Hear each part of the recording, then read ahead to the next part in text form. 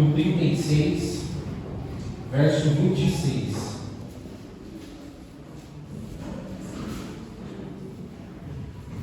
Profeta Ezequiel, capítulo 36, do verso 26 ao 31.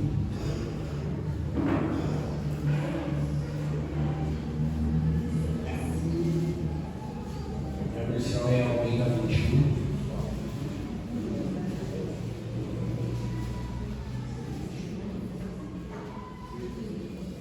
Ezequiel está depois de Isaías, depois de Jeremias, depois de Lamentação, mas é bem grande, não é difícil de achar. Ezequiel 36, verso 26. É difícil de achar até no computador, né? Amém? Diz assim a palavra do Senhor: também vos darei um coração novo, e porei um espírito novo dentro de vós. Tirarei de vós um coração de pedra, e vos darei um coração de carne.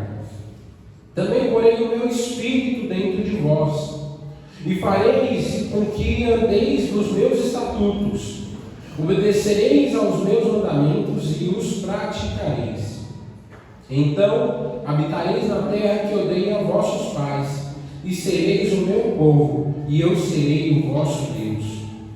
Pois eu vos livrarei de todas as vossas impurezas, chamarei o trigo e o multiplicarei, e não provocarei fome entre vós. Mas multiplicarei o fruto das árvores e a produção do campo, que não passes mais pelo vexame da fome entre as nações. Então vos lembrarei dos vossos maus atos e dos vossos feitos que não foram bons, e vós mesmos tereis nojo dos vossos pecados e das vossas abominações. Até aqui a leitura da palavra do Senhor. Vamos orar mais uma vez. Pai, nós te louvamos, porque até aqui temos sentido a tua presença, sentido o Senhor passear em nosso meio. E como nós cantamos, Senhor, nós precisamos ouvir o teu falar. Mais do que falas humanas, mais do que vozes humanas aos nossos ouvidos, nós precisamos ouvir a tua voz. Fale-nos ao coração, por meio da tua palavra. Assim que eu te oro no nome de Cristo. Amém. Meus irmãos, nós ainda estamos meditando em algumas promessas da palavra do Senhor para as nossas vidas, e tem sido uma bênção meditar em algumas dessas promessas, porque, como nós cantamos no hino 154, nós vivemos firmes nas promessas do Senhor.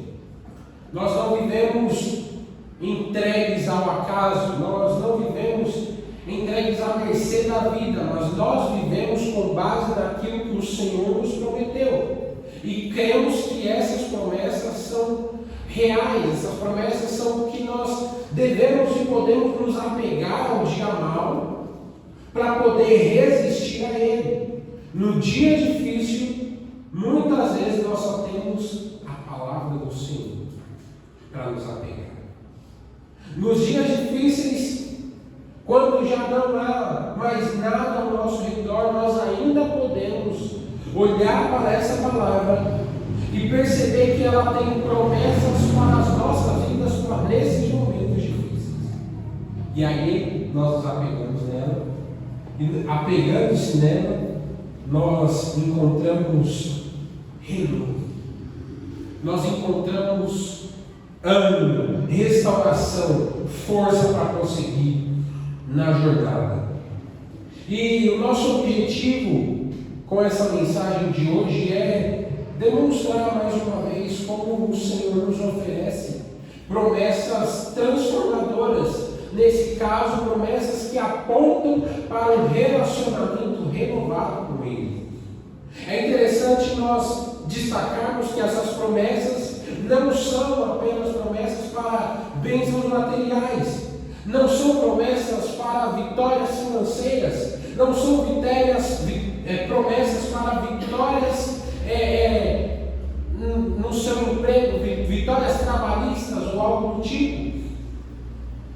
E eu faço esse destaque porque muitas igrejas estão cheias, estão abarrotadas, porque muitas promessas são feitas nesse aspecto. Sirva ao Senhor porque você vai enriquecer. Sirva ao Senhor porque todos os seus problemas emocionais vão ser resolvidos. Sirva ao Senhor porque você não vai enfrentar mais dificuldades na primeira entrevista de emprego que você fizer. Você será aprovado. Muitas promessas nesse sentido são feitas e as igrejas estão cheias por conta dessas promessas. Mas é interessante que a promessa que o Senhor nos oferece nesse texto que nós lemos e em toda a sua palavra são promessas de bênçãos eternas, promessas que geram transformações e impactam o nosso relacionamento com Ele, com o Senhor. Deus não exige nada de nós que Ele mesmo já não tenha prometido que nos daria. E é interessante, e nós começamos a meditar nos cultos de quinta-feira, no livro de Oséias, e agora, pela condução do Espírito Santo, a gente vai meditar nos profetas menores do Antigo Testamento. É interessante nós vermos que os profetas foram chamados para pregar, para ensinar ao povo os estatutos do Senhor. Os profetas foram levantados, assim como o profeta Ezequiel, foram levantados para trazer uma mensagem que vinha do Senhor. E no caso desses profetas do Antigo Testamento, em nenhum dos casos os profetas chegaram prometendo vitórias financeiras. Os profetas vinham e tinham como objetivo, primeiro, um deles, pregar contra as ações pecaminosas do povo. Nós vemos muitos profetas que pregavam contra a vida de pecado, a vida de afastamento do Senhor.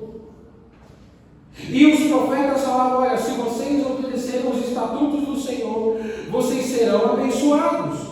Vocês terão a bênção do Senhor sobre a vida de vocês. Se vocês não seguirem os estatutos, os ensinamentos do Senhor, vocês serão condenados. Ezequiel traz o Senhor, aqui no livro de Ezequiel, traz até algo nesse sentido. No verso 31, o texto diz o seguinte: então vocês vão se lembrar dos vossos atos maus e dos vossos feitos que não foram bons. O Senhor fala para aquele povo que assim, a memória deles não seria apagada. Pelo contrário, eles se lembrariam todos os dias de que eles não mereciam a graça e o favor de Deus. Deus lembraria a eles sempre de que eles eram maus, de que eles eram pecadores, de que eles eram miseráveis. E o bom é Deus, como o irmão Fábio bem falou. Nós não podemos ter a consciência e achar que somos bons demais em servir ao Senhor em qualquer aspecto, porque esse foi o pecado da nação de Israel. Foi um dos pecados da nação de Israel. E que nós meditamos em Oséias, como Deus chama Oséias e usa ele para condenar esse orgulho da nação de Israel. Oséias chega a falar da seguinte forma: ele fala, olha, vocês estão sendo condenados porque vocês foram orgulhosos, porque vocês olham diante das outras nações e falam, olha só, nosso Deus é maior que o Deus de vocês. Por quê? Porque a gente é bom demais. Porque nós somos muito bons, a gente é inteligente, a gente desenvolve ciências extraordinárias. Isso é o que eu estou parafraseando, isso é minha fala. Oséias diz o povo se orgulhava e achava que o privilegiado da relação era Deus. O privilegiado desse relacionamento era Deus, de ser o Deus de Israel. Quando na verdade é o completo oposto. O privilegiado somos sempre nós, meus irmãos, de servirmos ao Senhor. O privilegiado é sempre a gente. Deus não ganha nem perde nada com a gente servindo Ele ou não. Quem ganha somos nós. Quem ganha somos nós. Quem ganha a liberdade dos pecados, quem ganha a vida eterna, quem ganha o cuidado desse extraordinário desse Deus todos os dias da vida, quem ganha somos nós. Não é isso que o salmista fala, Senhor, o que eu posso te dar? Nem que eu pense todos os dias da minha vida algo que o Senhor não tem para eu te dar. A gente não vai dar presente, a gente geralmente faz isso, né? O que aquela pessoa não tem? O que eu posso dar de presente para ela? O salmista fala: o que eu posso dar ao Senhor por todos os benefícios que Ele tem me feito? E aí ele fala, ele chega à conclusão de que não há nada a dar ao Senhor, senão entregar tudo que a gente tem. Fala: Senhor, eu sou tão pequeno, eu sou tão falho, eu sou tão pecador, mas a única coisa que eu tenho é a minha vida. Recebe, meu Pai, a adoração ao Senhor. Imagine, meus irmãos, um povo, a nação de Israel, que por conta da sua própria rebelião, por conta do seu próprio pecado, estava exilado, estava sendo escravizado por uma nação estrangeira, estava sendo escravizado pela Babilônia. É nesse contexto em que o profeta Ezequiel se enquadra. A nação de Israel estava exilada, longe da sua terra, longe do templo que eles adoravam o Senhor. E Ezequiel traz essa mensagem de correção, essa mensagem de esperança para o povo de Israel que estava no cativeiro babilônico. Eles não estavam ali, é importante nós frisarmos isso. A nação de Israel não estava sendo escravizada novamente aqui, porque eles eram vítimas. Pelo contrário, essa escravidão, esse cativeiro era fruto, era consequência direta do pecado que eles viviam, da idolatria que eles viviam, do afastamento do Senhor que eles viviam. O Senhor avisou o povo repetidas vezes, mas o povo não quis ouvir, e agora eles estavam experimentando a disciplina de Deus. Mas mesmo em meio a essa disciplina, Deus se compadece. O nosso Deus disciplina o povo, disciplina as nossas vidas. Não é isso que a palavra dele nos diz? Que ele disciplina, ele corrige aqueles a quem ele ama. O Senhor disciplina, mas é interessante que mesmo em meio a essa disciplina, Deus se compadece através do profeta Ezequiel e promete a restauração e um novo relacionamento ao povo. As promessas, meus irmãos, que nós encontramos nesse texto são incomparáveis, como nós cantamos, pois refletem o desejo do Senhor de restaurar o coração do seu povo e levar-nos a uma vida de santidade. A partir desse texto, nós vamos explorar aqui 4 promessas incomparáveis que o Senhor nos oferece. Como eu falei, eu repito, promessas não apenas que mudam o nosso exterior, mas promessas que transformam o nosso interior, renovam o nosso coração e nos direcionam a uma nova vida em Cristo. A primeira promessa, nós vemos no texto, é a promessa de um novo coração e um novo espírito. É o que diz o verso 26, olha: também vos darei um coração novo, e porei um espírito novo dentro de vós. Tirarei de vós o coração de pedra e vos darei um coração de carne. Nesse verso, meus irmãos, Deus promete substituir o coração de pedra da nação por um coração novo, um coração de carne. O coração de pedra aqui representa justamente essa dureza, essa insensibilidade espiritual e representa essa rebelião contra o Senhor. O coração de pedra representa tudo aquilo. O coração, trazendo uma outra explicação, o coração da palavra de Deus, ele é usado para se referir também às nossas emoções. A alma e o coração, geralmente até hoje é assim. Quando a gente fala do coração, o coração é o símbolo que a gente trata de amor. E quando se fala de amor, as pessoas entendem e pensam no sentido de ser apenas uma emoção, uma expressão emocional.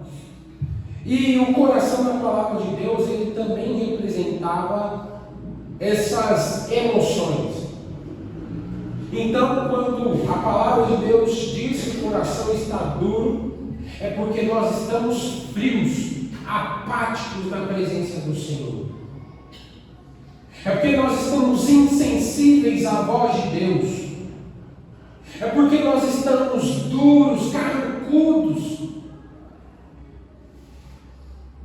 Como eu disse, insensíveis a ouvir a voz do Senhor.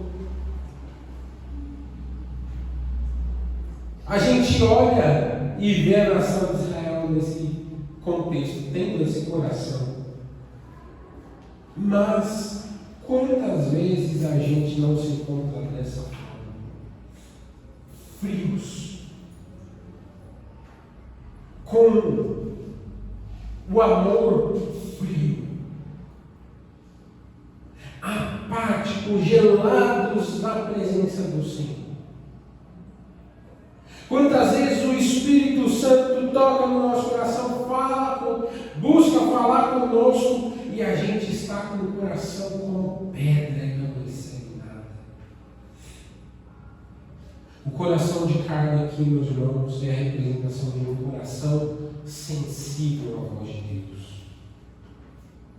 Um coração que está buscando ouvir e receber a palavra do Senhor. O coração de carne aqui representa um coração que está disposto a ouvir a voz de Deus. Não apenas escutar pregações que vão entrar pelo ouvido e sair pelo outro, mas ouvir, guardar, obedecer.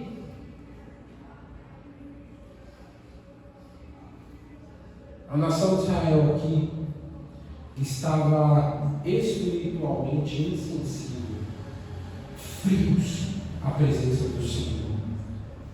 Por anos e anos eles haviam se afastado tanto de Deus que já não reagiam mais ao seu chamado, não reagiam mais ao chamado do Senhor. O coração de pedra representa essa resistência que Israel estava vivendo, essa indiferença que eles estavam vivendo em relação à voz do Senhor. A gente se lembra do profeta Jeremias, e isso é muito interessante. Jeremias, ele passou, se fosse no nosso tempo, Jeremias seria um evangelista frustrado, porque ele pregou, ele fala assim: eu prego, mas ninguém me ouve. Eu falo, mas ninguém dá ouvidos à voz do Senhor.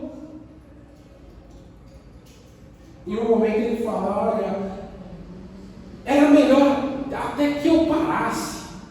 A vontade de Jeremias era parar. Era melhor até que eu parasse, que eu não pregasse, que eu deixasse esse povo ser condenado ao inferno e vivesse eternamente sofrendo.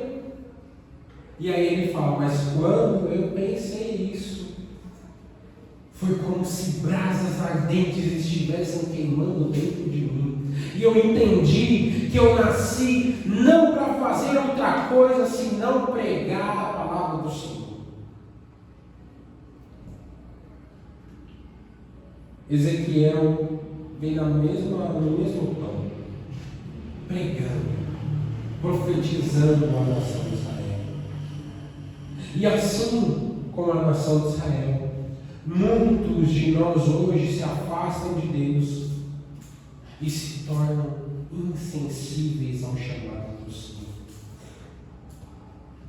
Essa promessa, meus irmãos, de que Deus vai dar um coração novo e um espírito novo, representa para nós essa obra extraordinária do Espírito Santo, que não é apenas externa, mas é interna primeiramente. Nós precisamos clamar a Deus, meus irmãos. Precisamos clamar ao Senhor por um coração novo. Nós cantamos isso também. Dá-me um coração novo. E acho que nós poderíamos encerrar cantando. Dá-me um coração, Senhor, novo, um coração disposto a buscar a Tua vontade, um coração disposto a obedecer ao Senhor. Toda transformação espiritual, meus irmãos, precisa acontecer primeiro dentro de nós, para depois se refletir numa transformação externa. É por isso que a transformação que o Senhor opera em nossas vidas, Ele nos dá um novo coração, Ele nos dá um novo espírito, e a partir daí a transformação externa acontece. A segunda promessa que nós vemos aqui nesse texto é a promessa de um Espírito Santo habitante. Olha só, aqui nesse mesmo verso 27 é interessante que Deus promete que colocaria o próprio Espírito no povo. Porém, o meu Espírito dentro de vós, e farei com que andeis nos meus estatutos. Só essa parte.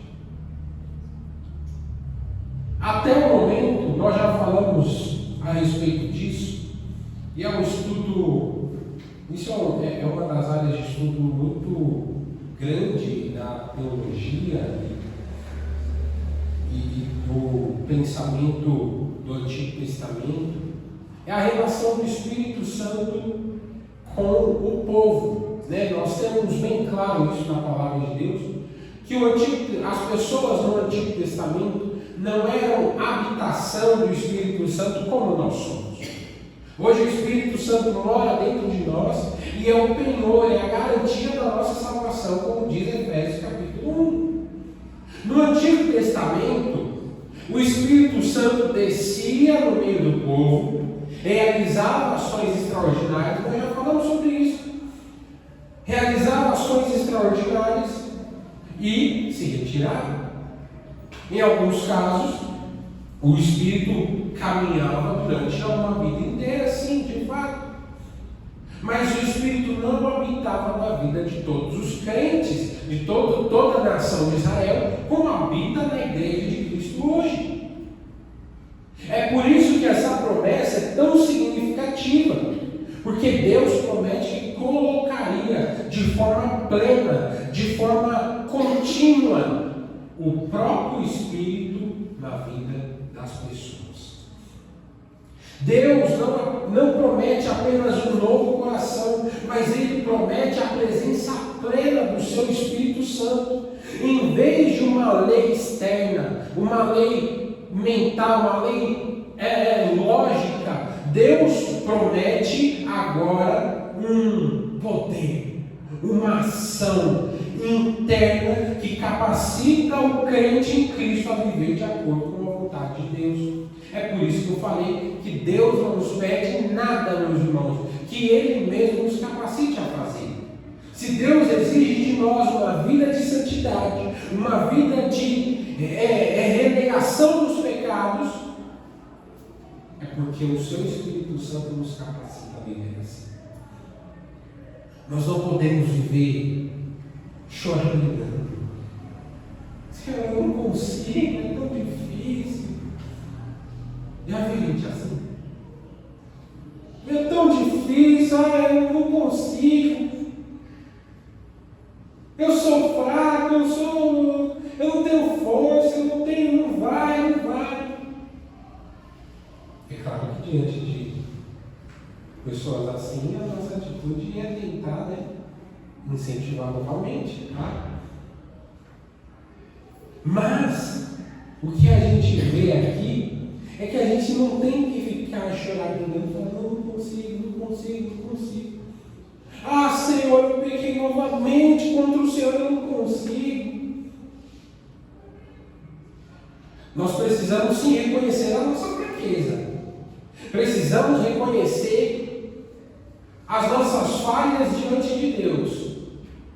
Mas nós precisamos ter a convicção, meus irmãos, a consciência de que nós temos o Espírito Santo habitando dentro de nós. É o próprio Espírito de Deus que habita em nós. E se o Espírito dele está habitando em nós, nós temos a capacidade, o poder, nós temos a força para servir ao Senhor em santidade.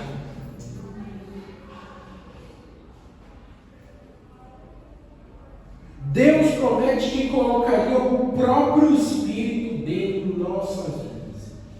Essa promessa se cumpre em nós a partir de Cristo, a partir do véu rasgado, a partir do sacrifício de Cristo na cruz do Calvário. Nós vemos isso lá em João 14. Quando Jesus fala, olha, eu vou preparar um lugar, mas eu não vos deixarei órfãos. Eu deixarei o meu Espírito, o Consolador. E é interessante que Jesus fala que esse Espírito vai nos convencer do pecado, da justiça e do juízo. Esse Espírito também vai nos conduzir a toda a verdade de Deus. Esse Espírito, como Paulo fala, é a garantia da nossa salvação. Esse Espírito também é intercessor, porque nós não sabemos como orar, mas Ele está intercedendo em nosso favor diante de Deus. Nós temos esse Espírito Santo que habita em nós e nos opera todas essas coisas. O Espírito Santo não tira o entendimento. O Espírito Santo não faz a pessoa rodar e cair por aí. O Espírito Santo trabalha naquilo que a palavra do Senhor diz que Ele faz e que Ele trabalha. Algumas dessas são essas que nós falamos. Eu não acho que o Espírito Santo tire o entendimento das pessoas. A ponto da pessoa falar, eu não sei nem o que eu estou fazendo, mas é o Espírito. Não é o Espírito Santo, não é o Espírito de Deus. Olha só, é Jesus quem fala que o Espírito Santo vai conduzir a toda a verdade. Se o Espírito Santo nos conduz a toda a verdade, ele não só não tira o entendimento, como ele dá mais entendimento. Esse é o Espírito que nós temos em nossa vida. É o Espírito Santo do Senhor que nos capacita a viver para a glória de Deus. Nós precisamos, meus irmãos, depender desse Espírito em todas as áreas da nossa vida, buscando constantemente a orientação dele para as nossas ações, para as nossas atitudes. Se nós temos esse Espírito Santo habitando dentro de nós, o que nos impede de falar ao Espírito Santo do Senhor? Me conduza durante essa semana. Me dê entendimento para lidar com determinadas situações. Me ajuda, porque eu não sei nem como orar, não sei nem falar com Deus. Mas eu preciso do Senhor. A terceira promessa que nós vemos aqui no texto, meus irmãos, está na segunda parte do verso 27. Farei com que andeis nos meus estatutos e obedeçam aos meus mandamentos e os praticareis. A promessa que o Senhor faz aqui nesse momento é a promessa de obediência e santidade. O resultado, meus irmãos, do Espírito Santo habitando dentro de nós, dentro do crente em Cristo, é uma vida de obediência e de santidade. Deus não apenas transforma interior, o nosso coração, mas Ele também nos capacita a viver uma vida que reflete o seu caráter. Deus nos capacita a viver uma vida que reflita o caráter dele. A obediência aqui não é algo forçado. A obediência aqui não é algo que Deus obriga as pessoas a fazer. Mas a obediência aqui é algo que reflete a transformação do coração. É algo que reflete a presença do Espírito Santo. E é interessante nós percebemos que para Israel, obedecer aqui os estatutos, os mandamentos do Senhor, era muito difícil. Isso representava constantemente fracassos, porque a nação de Israel não conseguia viver conforme a vontade do Senhor, e na verdade eles faziam várias vezes o extremo oposto. Eles se tornavam idólatras de outros deuses. Eles abandonaram o único Deus verdadeiro, digno de adoração, para se enveredar a adoração a outros deuses. Justamente porque faltava essa transformação interior. Paulo chega a falar disso em Romanos 4, 5 e 6. E fala: olha, a lei é boa. Eu não estou dizendo que a lei é ruim, mas a lei servia para quê? Para apresentar, apontar justamente o povo que não tinha capacidade de viver no padrão de Deus. A lei não podia trazer uma transformação interna. Eles liam a lei e falavam muito bem: o Senhor está mandando esses mais de 600 mandamentos, então nós vamos viver conforme eles agora. É por isso que essa promessa foi tão revolucionária para eles. Foi um negócio, justamente um divisor de águas. Porque o povo agora teria não apenas os mandamentos externos para obedecer, mas teria uma força que era necessária para atender à vontade do Senhor. Uma vida de santidade, meus irmãos, em obediência, é a resposta que nós podemos dar ao Senhor por tudo que Ele já nos fez. Nós devemos parar, reavaliar as nossas vidas e perguntar a nós mesmos se nós estamos alinhados com a vontade do Senhor. Agora nós temos esse Espírito Santo habitando dentro de nós, e isso nos capacita a viver em santidade. Nós precisamos perguntar a nós mesmos se a vida que nós temos vivido representa, primeiro, a vida de alguém que é a habitação do Espírito Santo, e segundo, será que a minha vida tem glorificado ao Senhor conforme Ele espera que eu o glorifique? Por último, o Senhor faz a promessa de perdão e restauração, no verso 29 a 31.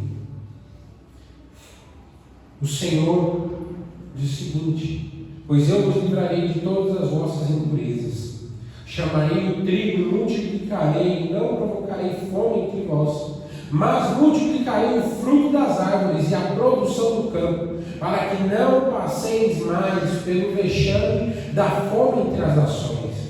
Então vos livrarei dos vossos maus atos e dos vossos feitos que não foram bons, e vós mesmos tereis nojo dos vossos pecados e das vossas abominações. Aqui, meus irmãos, nesta última parte do texto, o Senhor promete livrar o seu povo das impurezas, de tudo aquilo que era mal, É interessante, nós percebemos já aqui que o Senhor está prometendo que livraria o povo da impureza, mostrando que esse não era um trabalho solitário do povo, mas o próprio Deus estava engajado em promover essa restauração. Esse perdão profundo do Senhor aqui, meus irmãos, não apenas limpa o passado, mas faz com que o povo tenha uma visão renovada do pecado, agora com desprezo.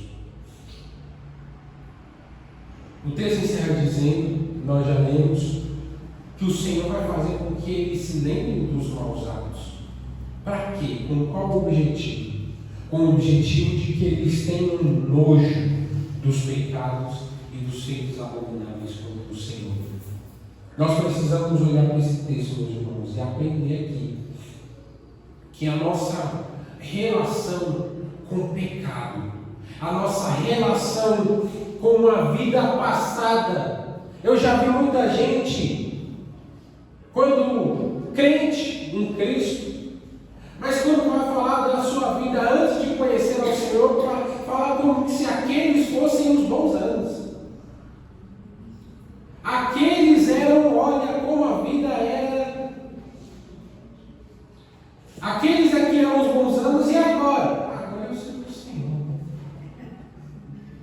Agora eu sirvo o Senhor com alegria.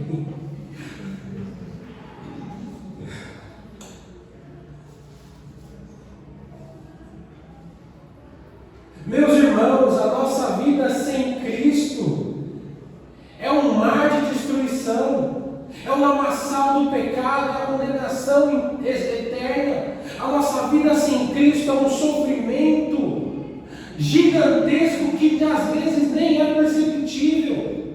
A nossa vida sem Cristo é a procura de ídolos que possam satisfazer o vazio do coração em várias coisas. A nossa vida sem Cristo não é nada além de morte.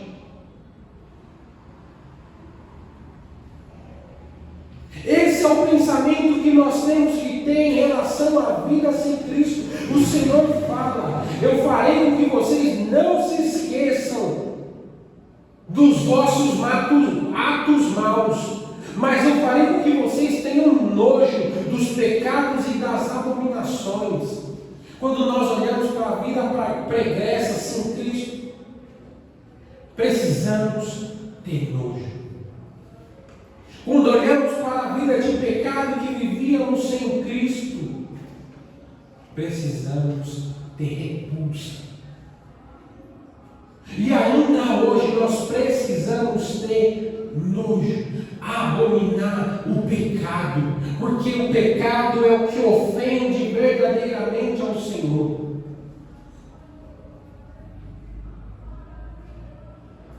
Tem gente que acha que o que ofende a Deus é um estilo de música. Tem gente que só falta arrancar os cabelos ouvindo Shalom. Porque acham que o que ofende a Deus é um estilo de música. Tem gente que acha que o que ofende a Deus é um cabelo maluco.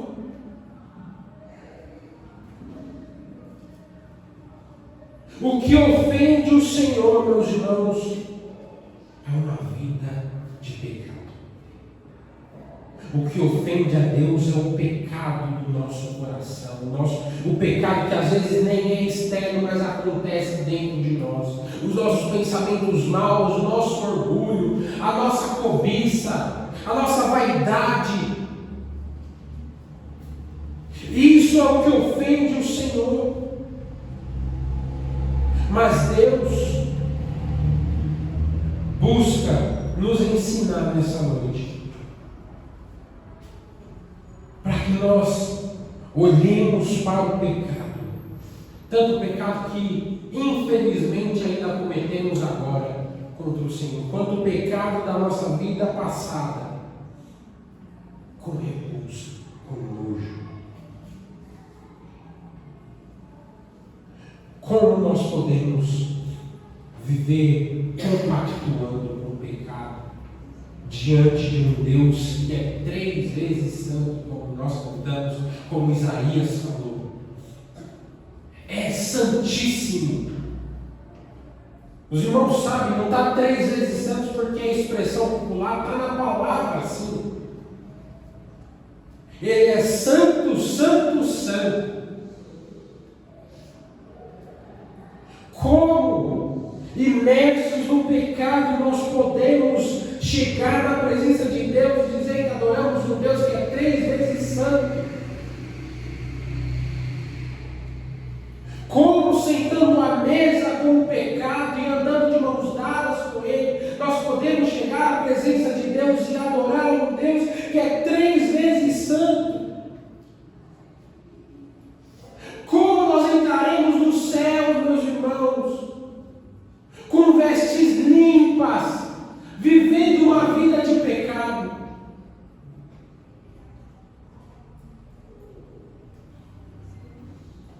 O Senhor deseja que nós tenhamos nojo do nosso pecado. O Senhor deseja que a gente se derrame à presença dEle todos os dias e clame por perdão. O perdão que é estendido a nós pelo sacrifício de Cristo na cruz do Calvário. A vontade do Senhor para as nossas vidas é que nós vivamos impulsionados, capacitados pelo Espírito Santo, uma vida de santidade.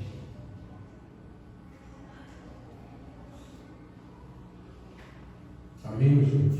Amém. Essas incomparáveis promessas do Senhor são para o seu povo, são para nós. Essas promessas são para as nossas vidas. O Espírito habitando em nós, um coração transformado, um nojo pelo pecado, a promessa da obediência e da santidade, isso tudo é para nós. E assim como Israel, nós precisamos dessas promessas para nos tornarmos aquilo que Deus deseja que nós sejamos. Amém? Podemos cantar, dar uma oração igual ao tempo? Equipe.